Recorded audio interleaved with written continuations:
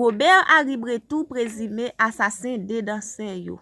Li fait quelques déclarations dans le commissariat Thomasin, li c'est un bisexuel. Li te fait connaître que Sébastien c'était ménage garçon li. Plus li marié avec une dame et li gen yon l'autre relation avec cousine Sébastien tout. Et yo gen yon ti moun ensemble. Premier problème yo te gagné, c'est parce que Sébastien te avre madame Robert Henri Bretou que li gen yon petite à cousine li. Li marié et gen petite à cousine Sébastien. Après l'autre problème li, c'était parce que Sébastien c'était ménage dans tout dans 16 qui mourir. Alors li te bay Sébastien rendez-vous tabac pour remettre li $200 et li te vini ak ménage li Nancy. C'est là malheureusement monsieur Damio t'a pral victime. Li te frappé ménage li Sébastien avant même que li te prend Nancy qui te essayé sauver. Rivé de CPJ en présence des avocats li, kounye aligné toute déclaration ça et implication dans la mort yo. Mais de CPJ te retracé téléphone mouché ya soulier côté crime là te fait. Dossier à suivre.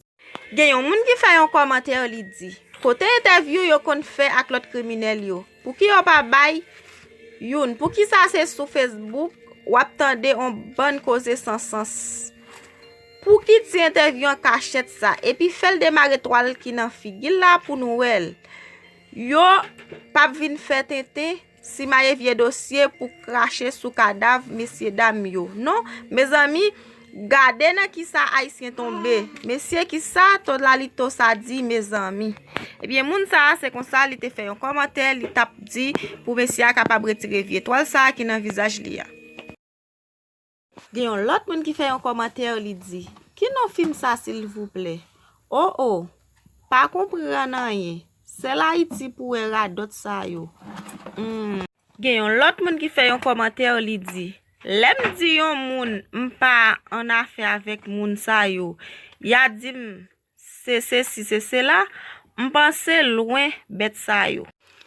Gen yon l'autre moun qui fait un commentaire li dit quand ça nous pas comprendre. Nan jalousie fait monsieur touye Sébastien qui te ménage li, ça vle di yo te nan Massissi à la traka.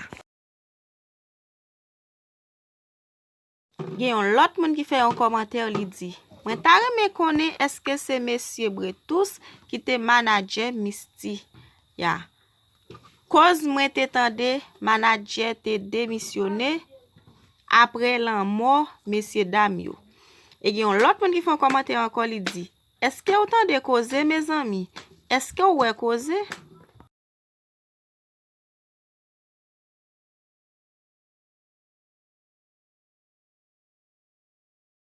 Gen yon l'autre moun qui fait un commentaire li dit m'pat vle nan tristesse pour m'te di ça pour yo pat lapide. Depuis yo cité non Bretou ça mwen di dans se yo gen ti sang Massissi.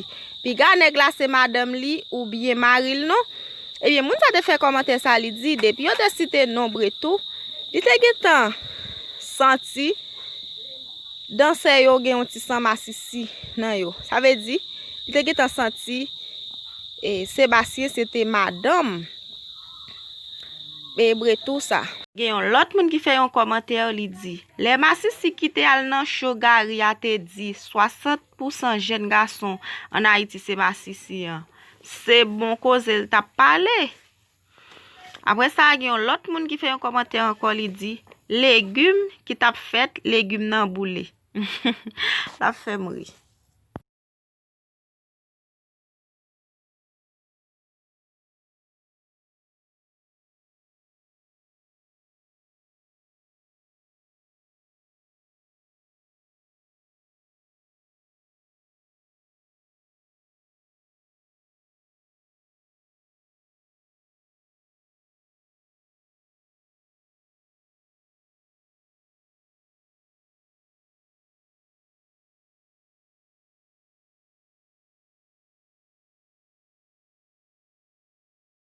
Gen l'autre moun qui dit depuis ou mouri ou en tort, yo ka fait toute parole sou.